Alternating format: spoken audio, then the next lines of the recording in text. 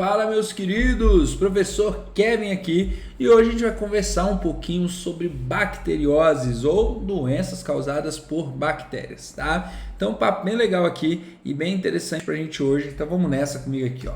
Toda vez que a gente pensa em bacteriose, você vai pensar em doença que tem como agente etiológico uma bactéria, perfeito? Então essas bacterioses, evidentemente que elas têm uma variabilidade bastante grande devido à variabilidade de bactéria que tem no nosso corpo e na nossa vida aí. Então você vai perceber que tem bactérias que são transmitidas por via oral, sanguínea, tá? Enfim, e várias outras transmissões que vão aparecer, perfeito? Lembrando, toda vez que a gente estuda a doença, o que tu tem que fazer? O checklist aí na tua cabeça. Qual que é o checklist da tua cabeça? Agente etiológico, mais conhecido como causador da minha doença. É o vetor? Não, é o causador. É o nome da bactéria aqui no caso da nossa aula de hoje. Segunda coisa que você vai ter que saber sobre bacteriose: profilaxia. O que é profilaxia? É a forma de prevenção. Então, toda vez que a gente pensa em profilaxia, tu vai pensar em prevenção daquela doença. Como é que eu evito ela? Terceira coisa que a gente tem que saber: sintomas. Então, sintomas clássicos ali é legal também da gente saber.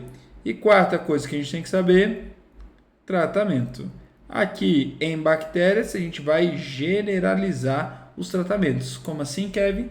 Em bactéria, toda vez que a gente pensar em tratamento, você pode pensar em utilização de antibióticos, beleza?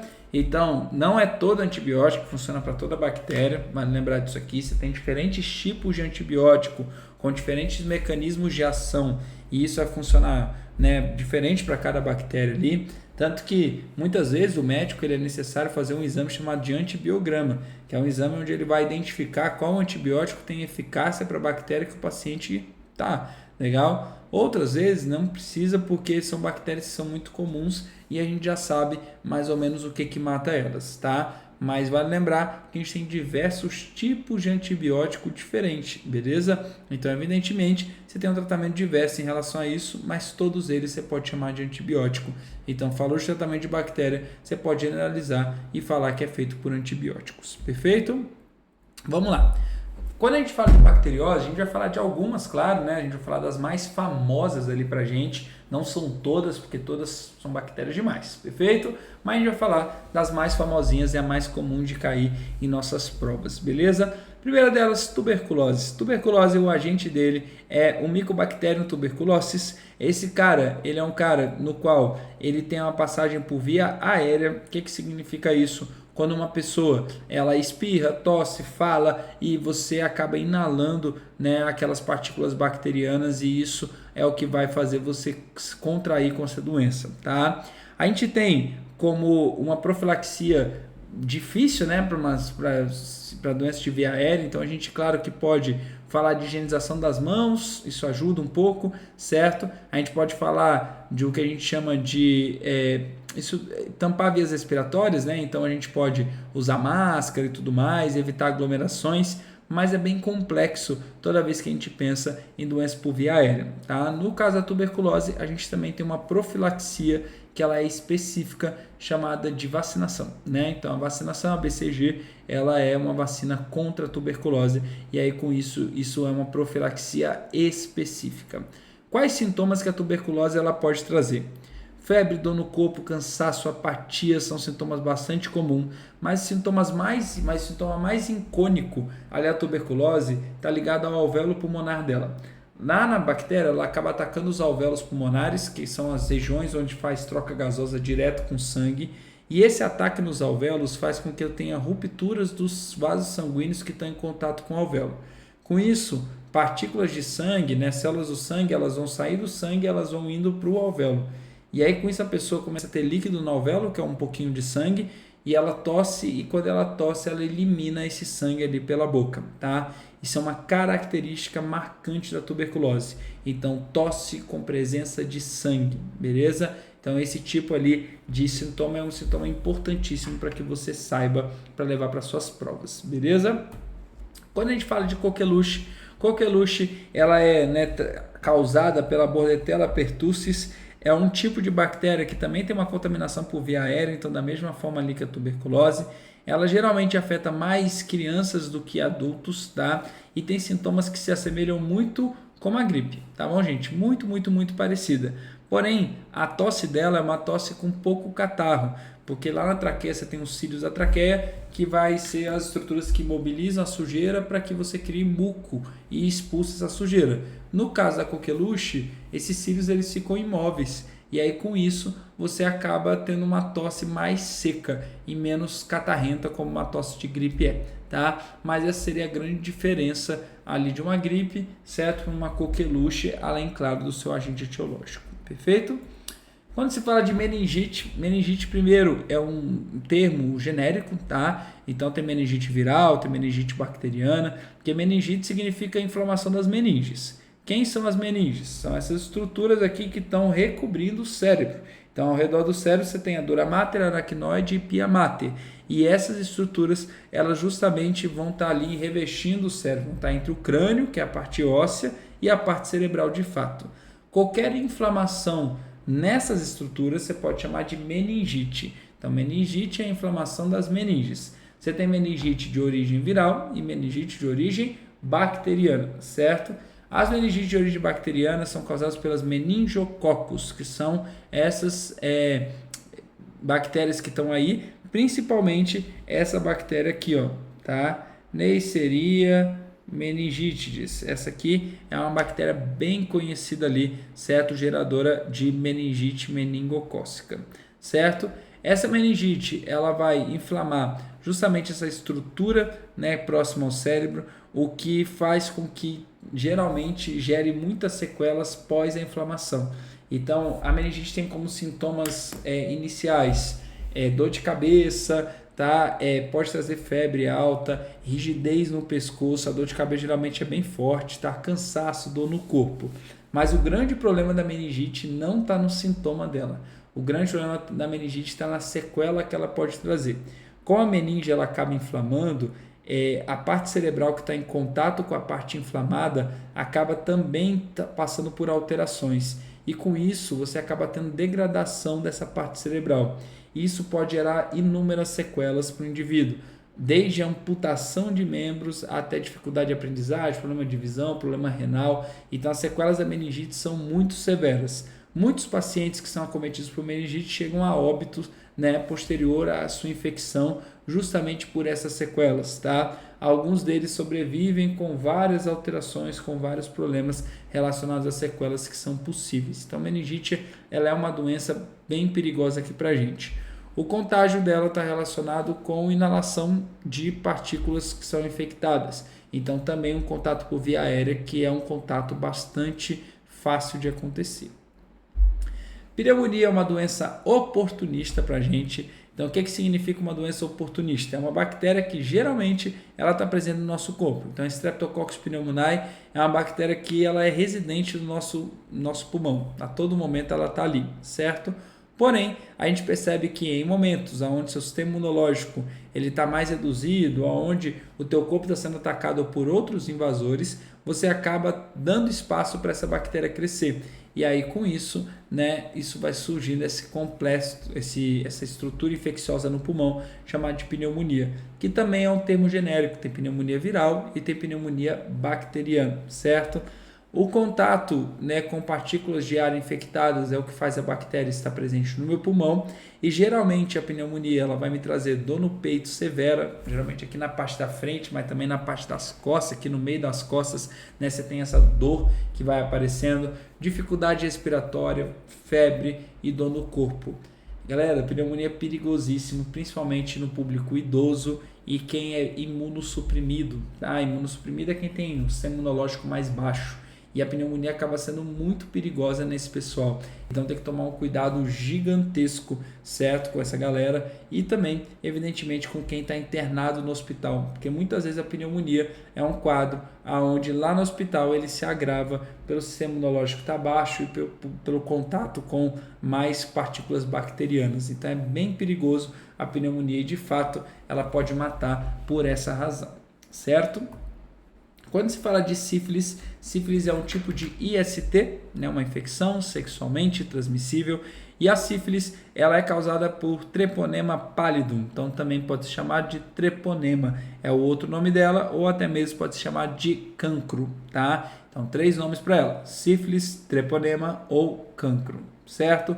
Aqui a contaminação padrão é a contaminação por via sexual, então é você entrar em contato com sexo sem uso de preservativo com pessoas que estão infectadas. Mas você também tem transmissão chamada de vertical, que é quando a mãe consegue transmitir para o filho, certo? A sífilis, quando não tratada, ela pode se espalhar pelo corpo, o que gera processos clínicos muito mais severos, certo? O mais perigoso de todos é quando a bactéria chega no sistema nervoso e causa o que nós chamamos de neurosífilis, tá bom? A neurosífilis é muito perigosa, pode trazer convulsões e pode matar o meu paciente, beleza? Geralmente a sífilis ela aparece lesõezinhas, né, que a gente chama de cancro, ali na estrutura genital, tanto masculino como feminino, certo? Febre, dor de cabeça, dor no corpo, apatia, são sintomas clássicos de sífilis. O tratamento, só utilizar antibiótico e, claro, durante o tratamento é interessante que o indivíduo evite aí o contato sexual para evitar com que transmita sífilis para outros indivíduos.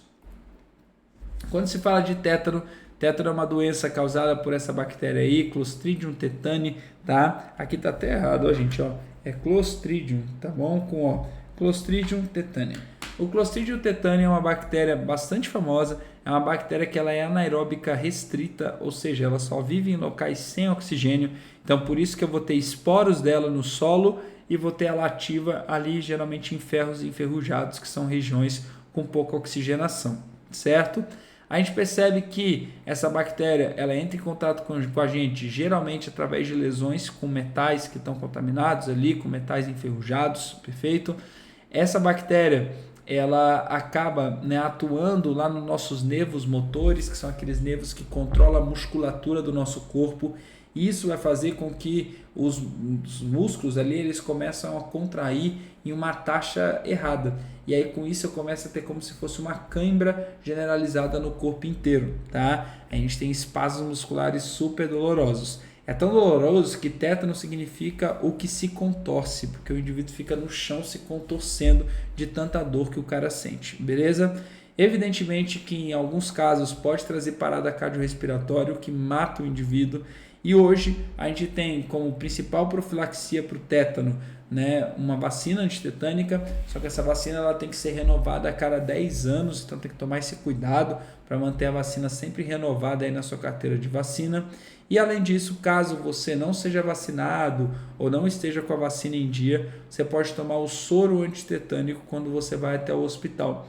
E aí sim, esse soro antitetânico ele vai justamente combater ali essa bactéria dentro do teu corpo. Então tem um tratamento específico que é a sorologia ali, porque realmente essa doença traz muitas dores e ela realmente destrói muito ali a fisiologia humana. Cólera é uma das parasitoses que foi mais conhecida no mundo como um todo, tá? É uma parasitose intestinal. Então aqui a transmissão do Vibrio cholerae, que é o nome do meu agente etiológico, nada mais é do que o consumo, certo, de água ou alimento contaminado. Então isso aqui está muito relacionado com locais onde o saneamento básico é deficitário, onde a higienização e o tratamento de água é deficitária, e aí você acaba tendo, né, um maior número de casos de cólera, certo? Aqui você vai perceber que a toxina a bactéria fica lá no seu intestino grosso, né, fica presa ali na parede do seu intestino grosso, e a toxina que a bactéria libera, ela vai ser responsável por evitar com que você consiga absorver água e sais minerais. E aí, evitando essa absorção de água e sais minerais, o que acontece é que o indivíduo começa a ter uma diarreia surreal, tá? A diarreia da cólera é muito perigosa e aí ela promove uma desidratação extrema no indivíduo, podendo trazer até colapso dos órgãos e com isso morte do meu organismo, tá bom? Então, realmente, você tem aqui, né, os órgãos colapsando por uma, né, eliminação de água muito, muito, muito grande, perfeito? Então, a cólera é super, hiper, mega perigosa nesse sentido. Quando se fala de leptospirose é a doença de enchente nossa, tá? O agente, né, causador dela é o Leptospira interrogans. O Leptospira interrogans, eles normalmente vivem nas urinas de rato, então o ratinho ele acaba a urinar, né, liberando essa bactéria para o meio. Geralmente a gente não entra tanto em contato com urina de rato, mas quando tem uma enchente, você acaba tendo os bueiros, né, sendo totalmente, né, inundados ali pela água e essa água acaba entrando em contato com o organismo humano. Resultado disso, você tem um humano entrando em contato com a urina do rato e com isso com a bactéria, o que vai te trazer leptospirose. É relativamente comum quando você tem enchente, você tem um monte de casos de leptospirose depois da enchente. A gente já sabe disso, o Ministério da Saúde já sabe disso e ele se prepara quanto a isso quando tem, né, enchentes em determinados locais, porque precisa enviar kit exame para identificar a leptospirose e também precisa enviar kits para o tratamento dessa doença ali, certo? Uma outra infecção também bastante conhecida há um tempo atrás foi a infecção através de latas, tá? de alimentos e de refrigerantes principalmente, certo? Vendidas no mercado. Então a gente sabe que os mercados eles trabalham com estoque, é normal que nos estoques você tem uma grande quantidade de ratos. E aí, em determinado momento, principalmente com o advento dos hipermercados aqui no Brasil, que eram mercados que acabavam trabalhando com estoques muito grandes, então com estoques que ficavam muito tempo armazenados, você tinha proliferação de ratos, uma quantidade assim exorbitante. E não era tão fiscalizado assim. E aí o que começou a acontecer? Lá no início dos anos 2000, começou a ter um surto de leptospirose mesmo sem ter enchente. O que, né, nos abriu os olhos, porque não é comum. O comum é ter enchente e aí ter o surto, mas surto sem enchente não era tão comum assim. E a galera percebeu que nas latas ali, no bocal das latas, você tinha contaminação, né, por Leptospira interrogans. E aí isso fazia com que o indivíduo, ao tomar a lata diretamente na boca, acabava ficando infectado. Isso foi tão sério que nessa época, né, as empresas que vendem cervejas, né, em lata e vendiam refrigerante também em lata, eles começaram a fazer tipo umas tampinhas de alumínio para colocar nas latas, com o objetivo de reduzir esse potencial de infecção ali, né, naquela população. Então foi bem sério ali na época, né, e a gente conseguiu contornar. O grande problema da leptospirose é que ela traz, além de uma dor de cabeça, dor muscular, febre, né, e entre outras coisas, ela pode trazer problema no fígado e no rim, trazendo falência hepática e falência renal, que é aí quando a doença fica hiper mega perigosa, tá? Então a gente sabe que essa doença acaba, né, muitas vezes matando mesmo, justamente por conta dessa mau funcionamento hepático, que é uma sequela bastante negativa relacionada à leptospirose. Quando a gente pensa em gonorreia nada mais é do que uma IST. Então a transmissão da Neisseria gonorrhoeae, né, que é justamente a bactéria, né, relacionada à gonorreia, a transmissão dela é relacionada por via sexual ou também de passagem de mãe para o feto, certo? Aqui é interessante porque nas mulheres, a maioria das vezes, elas são assintomáticas. Então, na maioria das vezes, os sintomas das mulheres são pouquíssimos evidentes, certo? E em alguns momentos pode causar uma inflamação ali do canal vaginal, até mesmo da tuba uterina. Mas no homem é altamente sintomático. Então no homem geralmente começa a trazer uma inflamação peniana, principalmente na glande, que é a ponta ali do pênis, certo? E essa inflamação peniana, ela começa a trazer uma estrutura purulenta, né? Um pus ali que vai saindo do canal da uretra, que é altamente mal cheiroso. Eu vou ser sincero com vocês, galera. De todas as doenças sexualmente transmissíveis, para mim, essa é a mais nojenta de todas, porque o cheiro, né, é super forte, o pus ali também é gosmento, é bem esquisito, tá? E evidentemente que é uma doença que incomoda bastante, tá bom? A forma de transmissão, como é via sexual, a forma de profilaxia acaba sendo sempre a mesma, né, que é a utilização de preservativo, né, nas relações sexuais. Então, lembrando que camisinha masculina e camisinha feminina são os únicos preservativos que evitam ali o contato mucosa com mucosa. Logo, são os únicos que vão evitar, né, com que eu tenha a transmissão de ISTs. Quando a gente fala de peste negra ou peste bubônica também, né, uma peste que, né, acometeu ali, matou muita gente, principalmente na Europa, certo? O agente etiológico dela a gente chama de Yersinia pestis. Essa peste ela tem a transmissão através de pulga de rato, né? Então, assim, a principal transmissão dela, quando eu tenho um aumento gigantesco de número de casos, você também tem um aumento, né, de casos de contaminação por contato direto com a secreção de pessoas doentes, mas a principal forma de transmissão é a pulga presente no rato. Só um cuidado, porque não é o carrapato, tá? Tem a doença do carrapato, que é outra, tá bom? Aqui é a doença da pulga, perfeito? É um pouquinho diferente, beleza? A peste bubônica, ela é super perigosa. Ela foi chamada de peste negra porque ela pode trazer necrose, né? Tipo uma gangrena ali do tecido, fazendo com que essas manchas pretas apareçam ali no tecido. Por isso foi chamada de peste negra.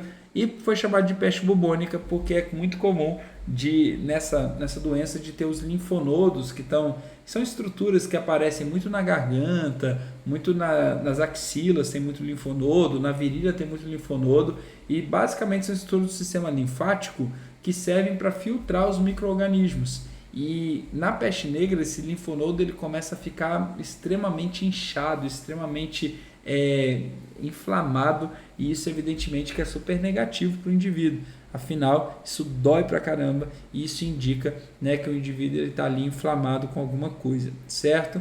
A peste negra, ela dá febre alta, dor no corpo, insuficiência respiratória e em muitos casos ela pode trazer a morte, tá? Você tem a peste no cenário bubônico, que é onde elas ficam nos linfonodos ali, mas você também tem a peste septicêmica, que é a que se distribui no corpo todo. Essa até hoje ninguém sobreviveu. E tem a peste pneumônica, que é quando ela vai, né, para o pulmão, que essa aí sobreviveu assim, um percentual super baixo, acho que menos de 5% de sobrevivência. Então é uma doença que realmente mata muito, muito, muito, né? Na época ela foi descoberta, ela não tinha antibiótico na época ainda, né? Então a gente não sabia como tratar, né, os nossos doentes e nada parecido. Mas era muito importante, os caras nem sabiam nem como é que era transmitido direito, né? E aí os médicos da época, eles usavam essa roupa toda de couro, né? E esse bico de pato com ervas aromáticas aqui na ponta, por conta do cheiro da cidade de putrefação, porque morria todo mundo, né? Então o cheiro de carne morta em decomposição era terrível, legal, e eles acreditavam que o próprio cheiro poderia transmitir peste negra, tá? Então assim, foi uma coisa bem traumática para a humanidade, porque realmente as cidades elas viravam grandes cemitérios ali e era bem complexo. Febre tifoide, ela é uma febre relacionada com salmonela, né? Salmonella typhi. A salmonella typhi é uma bactéria que ela vive no intestino das pessoas, então geralmente é com água ou alimento contaminado, né, que por fezes de algum portador dessa febre é onde eu tenho nessa transmissão dessa doença. Evidentemente que no mundo a distribuição acontece em locais onde o saneamento básico é precário. Então tu percebe que aqui, né, na América Central aqui você tem um vermelhão aqui, que é onde eu tenho um saneamento básico bem mais precário, né? No continente africano quase todo aqui também bem vermelhão, e o sul ali da Ásia, né? Índia ali, né? Uma parte da China e outros países ali que também tem um saneamento básico bem precário. Então nesses locais onde o saneamento básico é precário, é muito comum de você ter casos de febre tifoide, beleza? Os sintomas da febre tifoide são sintomas bem comuns a qualquer tipo de febre. Então você tem febre alta, diarreia, dor no corpo, apatia, cansaço e tudo aí relacionado a essa bactériazinha Salmonella typhi. Difteria, também pode se chamar de croup, quase nunca aparece, né? É causada pela Corynebacterium diphtheriae, certo? E esse tipo de doença também é passado por via aérea, através de contato com secreção, contato com saliva, contato com catarro, né? Pode passar de difteria, certo? Ela traz uma inflamação de garganta severa, aonde você pode ter uma massa mais acinzentada aqui na garganta, a garganta fica bem inchada, fica bem dolorosa, e essa massa acinzentada ela é cheia de fibrina, que é uma estrutura ali que serve para coagulação, e com isso acaba tampando bastante a passagem aqui de alimentos e de água. Os sintomas clássicos dela é uma dor de garganta bastante forte, febre, inchaço no pescoço e um mal-estar também bastante grande, beleza? Botulismo, essa aqui também cai bastante, né? Parceira do tétano lá, Clostridium botulinum, né? O mesmo gênero ali, essas duas bactérias, tá? Aqui você pega botulismo através da ingestão de alimentos que estão geralmente contaminados, perfeito? Só que essa bactéria é anaeróbica. Então os alimentos contaminados, geralmente eles estão ou em conserva ou em latas, né? Porque no processo ali de você colocar um alimento em conserva, um alimento em lata, para ele durar mais tempo, né? Para ele não estragar tão fácil, você tira o oxigênio dessa lata. E aí com isso, né, se essa lata estiver contaminada com Clostridium botulinum, ele acaba conseguindo crescer nesse ambiente de anaerobiose, perfeito? O botulismo, a toxina botulínica, ela acaba atuando na fenda neuromuscular. O que significa isso? Significa que o sistema nervoso ele tem que passar o que a gente chama de acetilcolina, que é um tipo de neurotransmissor, para que o músculo consiga contrair, certo? A toxina botulínica ela tampa o receptor de acetilcolina do músculo. Logo, por mais que o sistema nervoso fale para aquela estrutura contrair, a toxina botulínica impede que ela contraia. E aí, bloqueando, né, essa estrutura do sistema nervoso, ela acaba trazendo paralisia muscular. Então, é um sintoma bastante sério, um sintoma bastante severo, certo? Hoje em dia, a gente não usa a bactéria, tá? A gente usa a toxina botulínica como método estético para evitar rugas, tá? A gente sabe que a ruga, as marcas de expressão, elas são causadas muitas vezes pela contração, né, da musculatura ao redor dentro de um tecido que está flácido. E aí o que o pessoal faz? O pessoal aplica um pouquinho de toxina botulínica nas regiões onde eu quero reduzir a ruga, com o objetivo de fazer o quê? De paralisar essa região. Ao paralisar essa região, o que vai acontecer? Essas rugas elas vão parar de existir ali naquela região específica, certo? Tem que tomar cuidado, é um procedimento que assim, por mais que seja simples, se aplicado errado, pode trazer várias consequências físicas ali no indivíduo que não são legais, perfeito? E é um processo que precisa de uma reaplicação. Então, quando você aplica Botox, não adianta aplicar uma vez só na vida, você tem que aplicar várias vezes, tá? Para você conseguir ter o resultado de não ter rugas ali. E vai lembrar que sem rugas você também não fica com muita expressão, tá? Então, se eu sou capaz, por exemplo, de pegar minha testa e fazer assim, é porque eu não tenho o quê? Toxina botulínica aqui. Se eu tivesse toxina botulínica aqui, o que ia acontecer? Eu ia levantar um pouquinho minha sobrancelha e aqui não ia aparecer nada, ia ficar esticadão, perfeito? Então você perde um pouquinho das expressões também faciais com a toxina botulínica. Por fim, a gente tem lepra ou hanseníase, tá? Lepra o nome antigo, hanseníase é o nome que a gente utiliza hoje. Então hoje não se utiliza mais lepra aí na linguagem médica, certo? O agente etiológico é o Mycobacterium leprae, beleza? O contato também é por secreção de pessoas contaminadas, tem um contágio alto a lepra. E a lepra ela é uma doença bem séria porque ela vai trazer várias feridas ao longo da pele. Essas feridas ao longo da pele podem ser feridas mais profundas, o que gera perda de sensibilidade, além de trazer lesões que podem trazer outras inflamações. Então é uma doença bem séria, bem difícil, mas hoje em dia a gente tem tratamento, hoje em dia a gente consegue controlar muito bem essas feridas, mas ao mesmo tempo, né, é uma doença dolorosa no seu quadro clínico, tá? Então tem que tomar um cuidado ali. Hoje em dia a gente tem poucos casos de lepra comparado com o passado, mas ainda existem, então a gente ainda tem que tomar um cuidado bastante grande em relação a essa doença, beleza? Galerinha, por hoje é só. Um beijo, um queijo para vocês e até a nossa próxima aula. Tchau, tchau.